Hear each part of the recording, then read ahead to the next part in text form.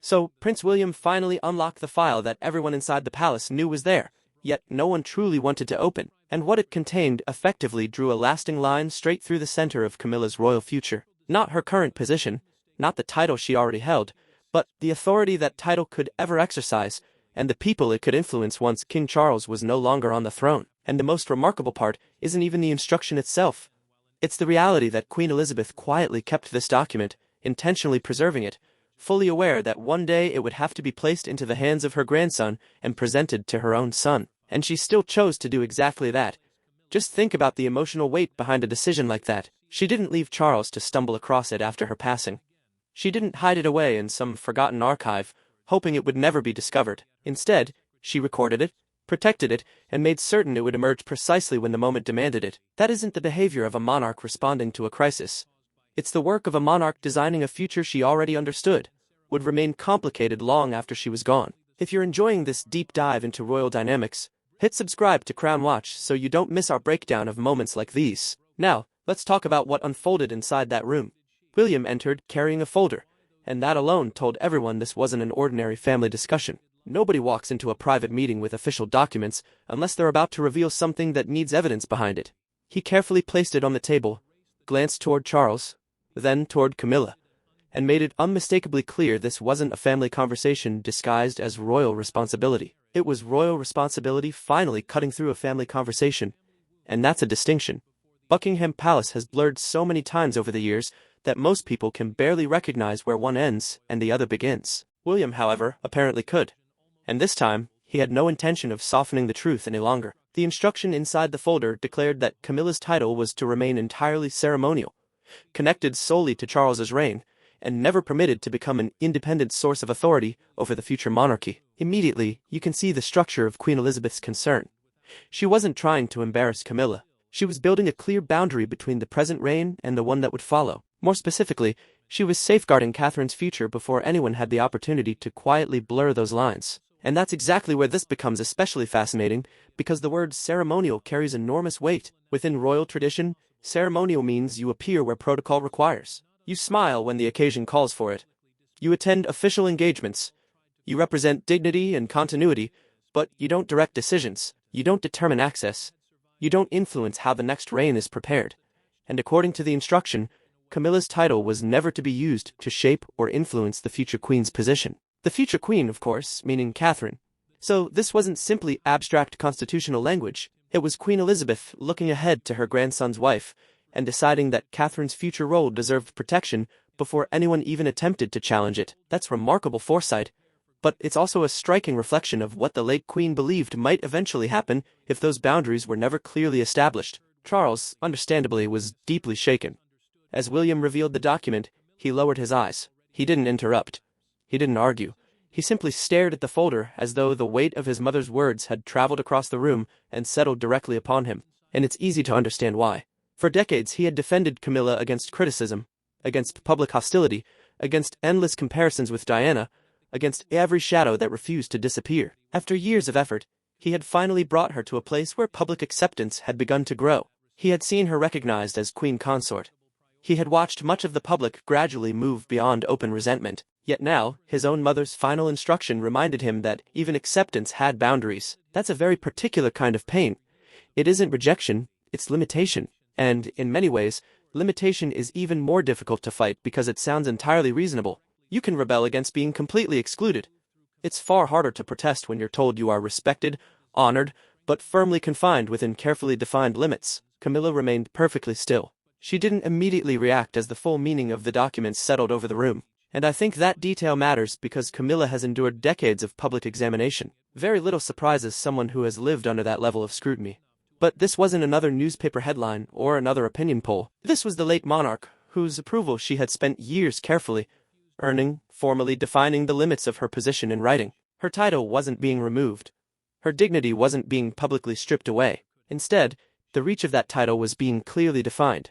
And that definition proved devastating, because it confirmed that, despite everything she had done to become accepted, she would never be granted influence over what came next. William then slowly closed the folder, and according to those present, the sound echoed through the room in a way that felt almost symbolic, as though one royal era had quietly ended before the next had even officially begun.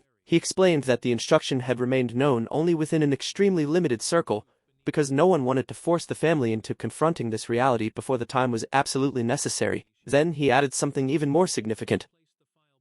There was one final person who needed to hear Queen Elizabeth's words exactly as they had been written, without protection, without delay, and without carefully softened palace language. That person was Camilla herself.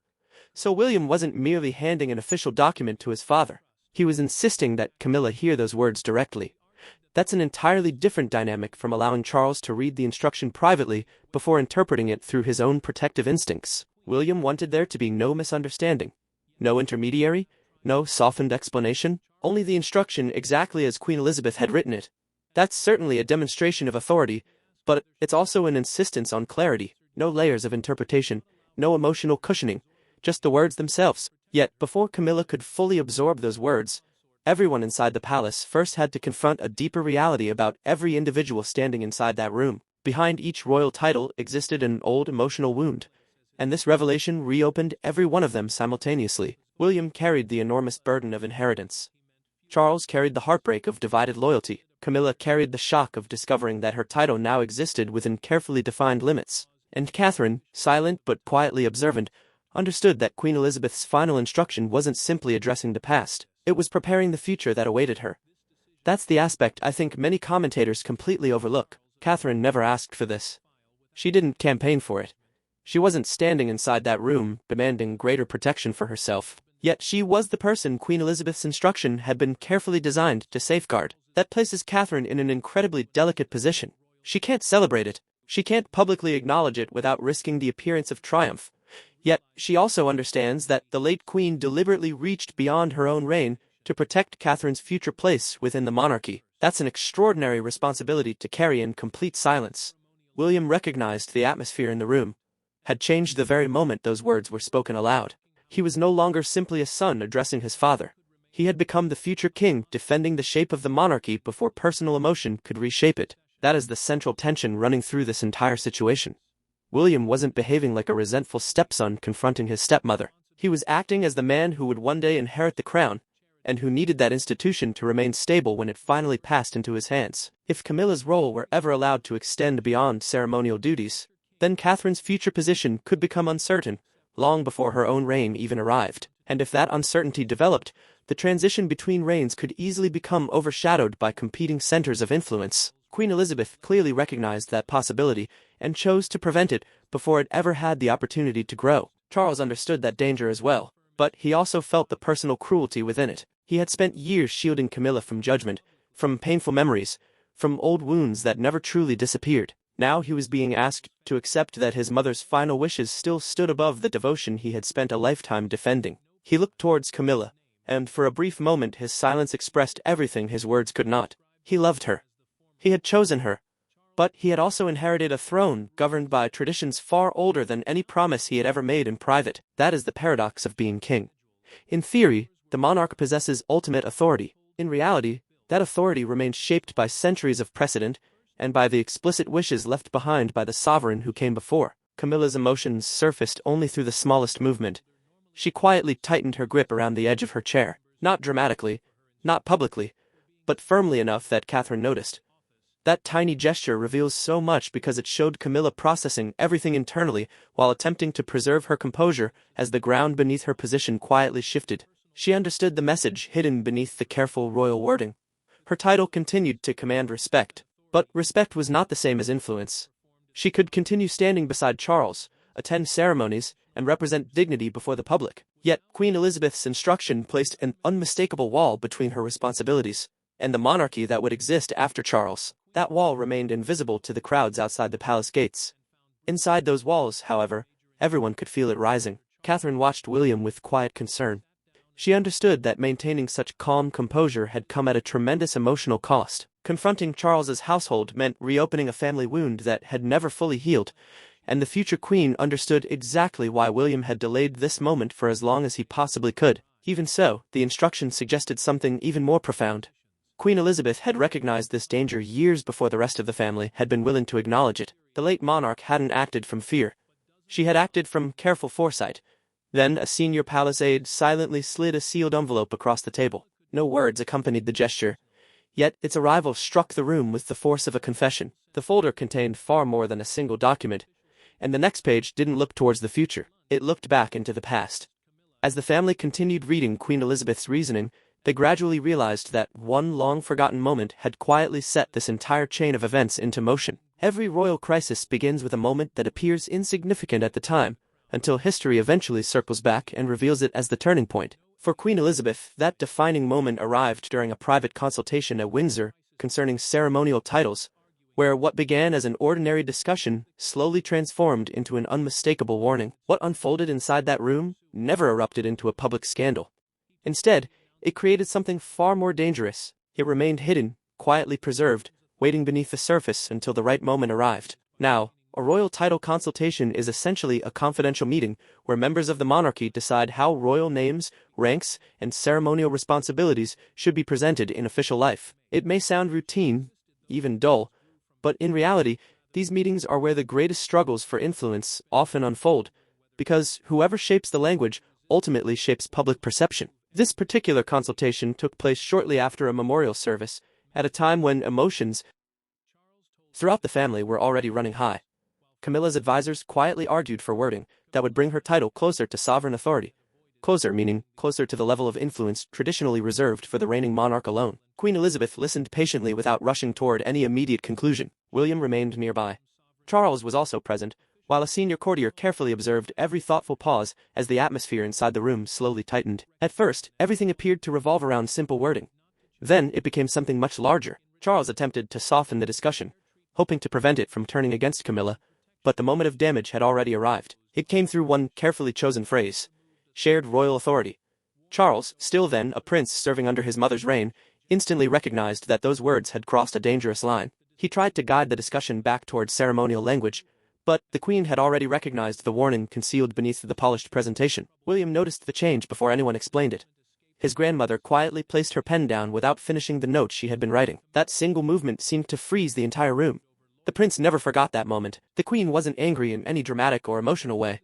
She was calmer than that, colder than that, far more deliberate, because she understood exactly what was being tested. If Camilla's title could gradually expand beyond respect into genuine authority, then one day the future line of succession could become clouded by personal loyalty, emotional attachment, and competing centers of influence. So once the consultation ended, Queen Elizabeth acted, privately, without announcement. She dictated the instruction that would later become the very center of this crisis, defining Camilla's position as honored yet restricted, respected, but never sovereign in its reach. And perhaps the hardest truth for Camilla to eventually accept was this: the file had never been created out of dislike. It had been created out of concern. Concern that during a future transfer of the crown, the monarchy might slowly lose the distinction between the woman standing beside the king and the crown that would one day belong to William and Catherine. Charles struggled deeply with that reality because it transformed the love he had spent decades defending into what appeared to be a constitutional issue. Camilla struggled because it suggested that even her dignity carried conditions. William struggled because the consultation from years before had now become the instrument nobody wanted to raise. Yet everyone understood it could no longer remain hidden. A confidential instruction can only remain silent for so long. The moment Camilla finally heard it spoken aloud, something inside the palace shifted. The meeting had begun according to royal protocol. It did not remain that way. No palace aide stepped forward.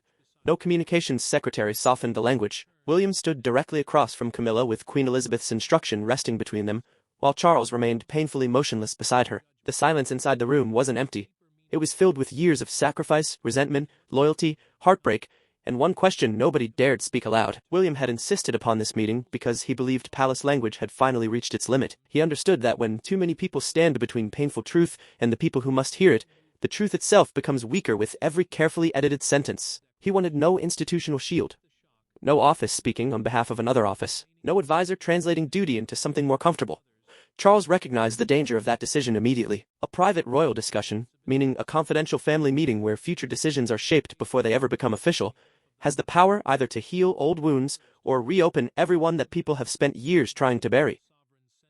Camilla sensed the pressure before the first decisive sentence had even been spoken. She looked directly at William and quietly asked whether he believed she had overstepped. Her voice remained steady, but the question carried decades of public judgment inside it. William answered with painful care. He explained that the instruction had never been written to humiliate her. It had been written because Queen Elizabeth believed boundaries were essential. That single word transformed the atmosphere. Boundaries. Not rejection. Not exclusion. Simply a line drawn so clearly that even dignity could not cross it without consequences. Charles finally responded. His voice remained calm, yet the strength behind it was unmistakable. The king asked why his mother's instruction needed to surface now, after the family had already endured so much pain, after Camilla had survived years of public criticism, after his own reign had finally begun finding stability. He wasn't defending ambition. He was defending the woman he loved. Yet William understood that personal love could never become constitutional principle. The crown survived because individual loyalty ultimately bowed before institutional structure, and that structure mattered because the monarchy of tomorrow would belong to William and Catherine, not to the unresolved emotions surrounding the present reign. William then read the decisive sentence aloud. Camilla's title must never be used to influence the position of the future queen. The words landed with unmistakable force.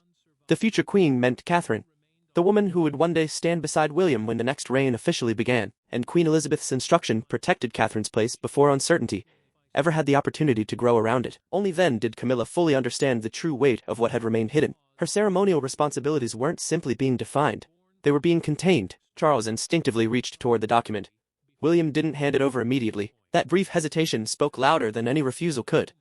The prince wasn't withholding paper from his father, he was safeguarding control over the instruction itself. Because whoever possessed that instruction possessed the authority to define exactly what Camilla's title could, and could not, eventually become. That single pause exposed the deeper struggle hidden beneath the discussion over titles. The real question was no longer what Camilla should be called. The real question was, who controlled the future shape of the crown? Inside a monarchy, titles are never merely names. They determine access, they establish precedents, they shape influence, they become part of history itself. Queen Elizabeth understood that better than anyone. So when her final instruction finally emerged, it did far more than wound Camilla's pride. It exposed the machinery hidden beneath royal ceremony. Who could approve? Who could advise? Who could enter certain rooms? Who possessed the authority to influence what happened next? William understood that this was precisely the part everyone preferred never to discuss openly. Camilla's title still carried dignity. It still carried honor. It still carried public respect, but the instruction drew a firm line separating ceremonial symbolism from governing influence. Ceremony meant public appearances, official greetings, royal engagements, and the traditions surrounding royal life. Influence meant something entirely different, something much more significant: the ability to shape decisions, to determine access, to influence how the next reign would eventually be prepared.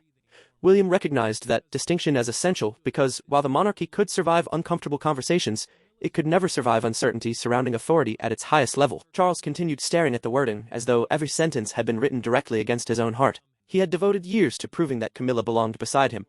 Now he was being forced to accept that belonging did not automatically grant unlimited reach. One senior courtier quietly noticed how long the king stared at the page without turning it.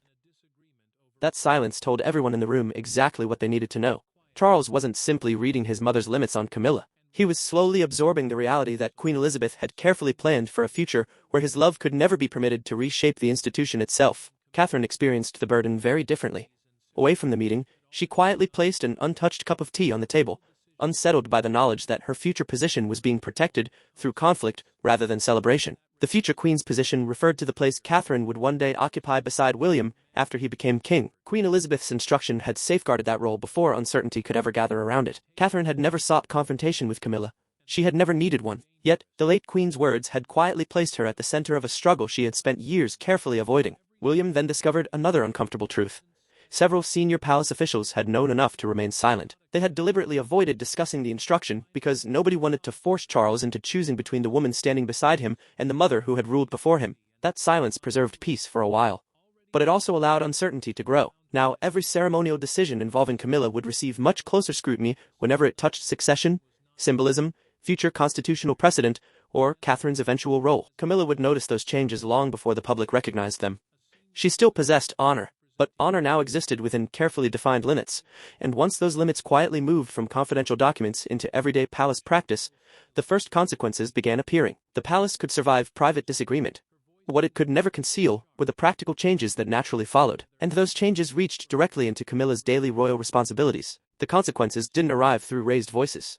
They arrived through revised schedules, altered initials, delayed approvals, meetings quietly reorganized, and doors that no longer opened quite as easily as they once had. For Camilla, the humiliation wasn't immediately public. It was much quieter than that. A briefing she was no longer invited to attend. A ceremonial document rewritten before reaching her desk. A palace corridor where everyone suddenly seemed aware that something had changed, yet nobody dared explain why. Camilla sensed the difference before anyone formally addressed it. She arrived, expecting an already scheduled briefing. The familiar type of carefully managed palace meeting where royal duties were organized, appearances coordinated, and every title placed exactly where tradition required. This time, however, the room itself had changed. The gathering had become noticeably smaller. Her senior advisor was absent. The agenda had been reduced. A member of staff, speaking carefully but visibly uncomfortable, informed her that the meeting had been moved to a more limited format. That single sentence carried all the weight of a public humiliation, even though it had been spoken entirely in private. William's office described the change as clarification, not punishment.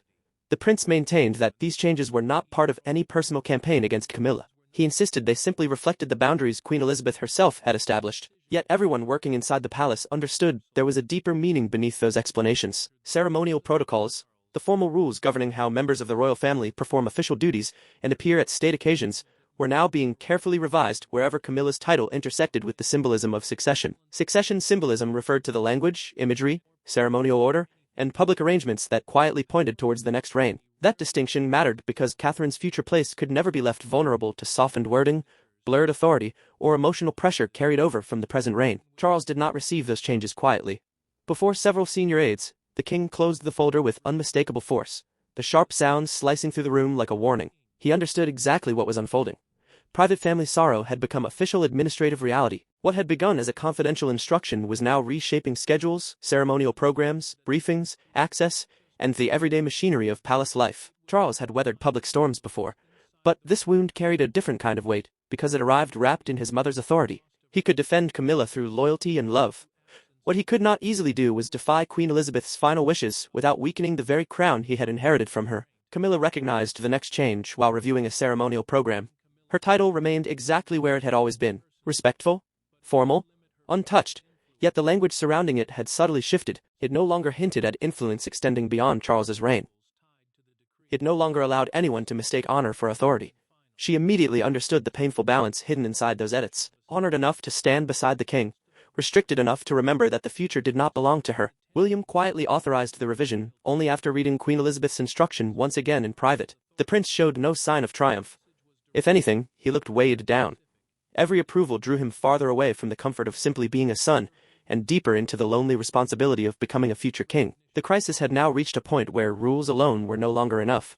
It demanded a turning point, and that turning point could never come through paperwork, official offices, or carefully revised ceremonial wording. Once the doors quietly began closing, only one conversation remained capable of preventing the family from breaking apart completely. Sometimes the monarchy survives not because of ceremony, but because two people choose honesty when no one else is listening. William and Charles had found themselves standing on opposite sides of Queen Elizabeth's instruction, yet beneath their royal titles remained something much simpler: a son and a father, both carrying grief in entirely different forms.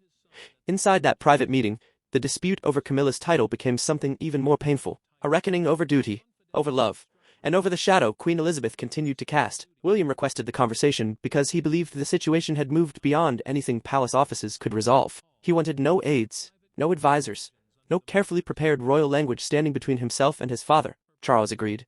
Not because he felt prepared, but because he understood silence had already caused enough damage. The instruction had escaped the confines of sealed documents. It had entered daily life. Now father and son had no choice but to confront what it had already done to both of them. Within royal life, a private conversation means far more than two people speaking behind closed doors. It represents the final moment when a family wound remains personal before becoming official policy. The final opportunity to speak through emotion before duty hardens every feeling into constitutional reality. Charles entered carrying the exhaustion of a man burdened by both a crown and a broken heart. His eyes settled upon a framed photograph of Queen Elizabeth resting nearby. For a brief moment, it almost seemed as though the room belonged to her more than either of them. With unusual softness, Charles admitted that he felt as though he was being asked to choose against his own mother. That confession struck William harder than anger ever could have. The prince had expected disagreement. He had prepared himself for authority. He had not prepared for the pain carried within his father's voice, the kind of pain that suddenly makes every royal rule feel deeply human.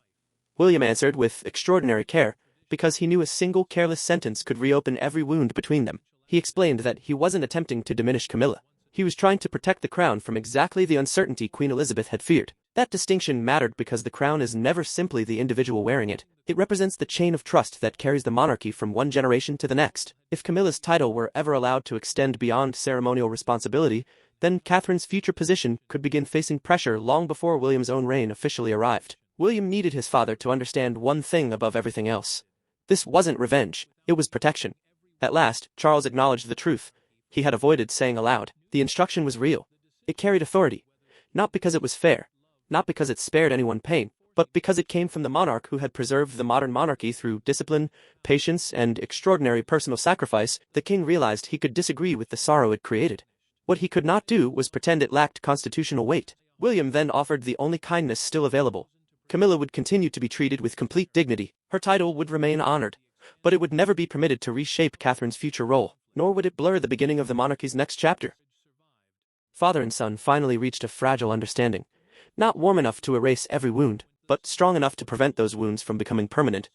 Yet acceptance behind palace walls meant very little, unless the nation outside understood what had changed. By the following morning, the story no longer belonged solely to the royal family. It belonged to Britain, to broadcasters, to newspapers, to crowds gathered outside palace gates, and to everyone who understood that royal titles have never been merely decorative honors. Queen Elizabeth's final instruction had crossed from private inheritance into public judgment, and one newspaper headline transformed an internal family crisis into a national moment. William knew his understanding with Charles would never remain private for long.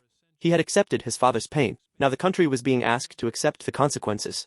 One leading newspaper carried the story beneath a striking headline, "The Queen's Final Line." Those 5 words landed with remarkable force, because they reduced an immensely complicated crisis into one unmistakable truth. Queen Elizabeth had drawn the boundary. William had revealed it. Charles had accepted it, and Camilla would now have to live within it. Television broadcasters immediately seized upon the revelation. They described it not as the removal of Camilla's position, but as a historic clarification that fundamentally reshaped the emotional balance of Charles's reign. That mattered because the public had always viewed royal titles primarily as symbols of honor. Now they were being reminded that titles also function as instruments of authority. A title could determine access, influence decisions, shape future expectations, and quietly prepare the next reign.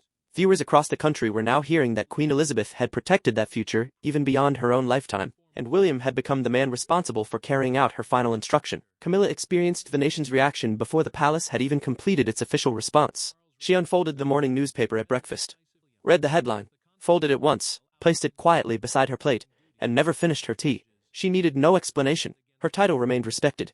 But the country had now seen the boundary surrounding it. A private wound had become a public reality. For Charles, that represented another painful blow. The king had devoted years to protecting Camilla from becoming a permanent controversy, yet the very instruction designed to safeguard the crown had exposed her deepest hurt before the entire nation. Outside Buckingham Palace, small groups gathered in thoughtful silence. Some came out of loyalty to Queen Elizabeth's memory. Others simply sensed history unfolding before their eyes. One elderly woman quietly spoke a sentence that seemed to capture the mood perfectly. The queen knew it had to be protected. The words were simple, yet they reflected the feeling shared by many that morning. People weren't reacting solely to Camilla. They were responding to William, to Catherine, to Charles, and to a future monarchy that had suddenly become visible through one carefully preserved instruction. Palace officials later released a measured statement confirming continued respect for Camilla, while also affirming that future precedent would remain guided by Queen Elizabeth's instruction. Royal precedence refers to the official order of rank, responsibility, and ceremonial importance within the monarchy. Now that order had been publicly connected to Catherine's future position, commentators quickly recognized the deeper significance. Catherine had never fought for additional protection.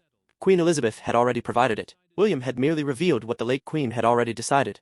With the public now fully aware, silence was no longer an option for the royal family.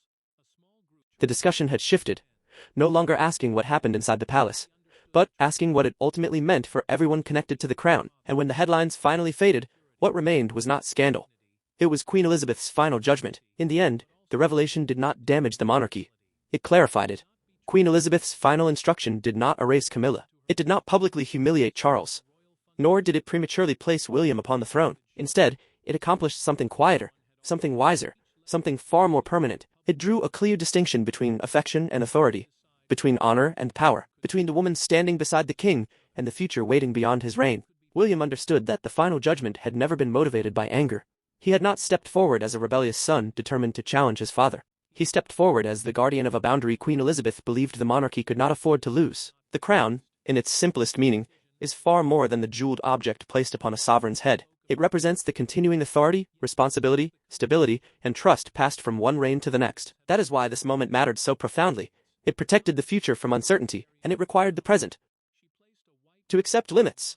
Charles accepted the decision without raising another objection. The king quietly placed the file back upon the table and rested his hand along its edge, almost as though saying farewell to a battle he now understood could never truly be won. He had defended Camilla through unwavering loyalty. He had guided her through storms capable of breaking far stronger people. But at last, he accepted the painful truth. Love could explain why Charles resisted, but it could never erase the instruction his mother had deliberately left behind. Queen Elizabeth had spent an entire lifetime teaching her family that duty always came before personal feeling. Now that very lesson had returned to her own son in the most painful way imaginable. Camilla met the ending in complete silence. She didn't lash out. She didn't ask for another discussion. She didn't attempt to transform quiet dignity into open defiance. When the room finally emptied and the doors closed behind everyone else, she remained standing alone, carrying the painful understanding that, although her title would continue to be honored, it would also remain carefully confined within the limits Queen Elizabeth had drawn. A royal title could bring prestige, it could bring ceremony, it could bring public admiration and grace, but it could never automatically bring absolute authority.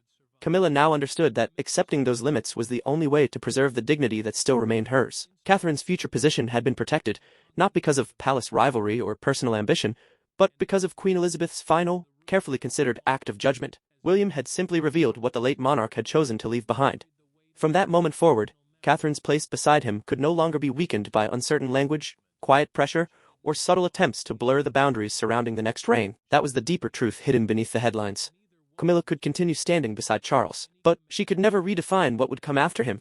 That single moment proved something far greater than one family disagreement. It showed that Queen Elizabeth's reign continued shaping the monarchy even after her passing. William demonstrated that he was prepared to defend the institution's future, no matter how personally difficult that responsibility became. Charles carried the emotional cost of remaining loyal to both the woman he loved and the mother whose legacy still guided the crown. Camilla came to understand that honor without ultimate authority was still honor, but it would never become command. That, in the end, was the true meaning behind Queen Elizabeth's final instruction. The crown could extend compassion, it could show affection, it could offer respect and dignity, but whenever the future of the monarchy itself stood in the balance, duty would always speak the final word.